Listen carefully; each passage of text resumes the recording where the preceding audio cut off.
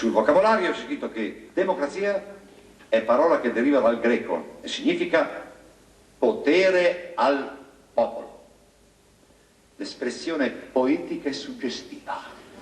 Sì, ma in che senso potere al popolo? Come si fa? Questo sul vocabolario non c'è scritto. Però si sa che dal 1945, dopo il famoso quintennio, il popolo italiano ha acquistato finalmente il diritto al voto.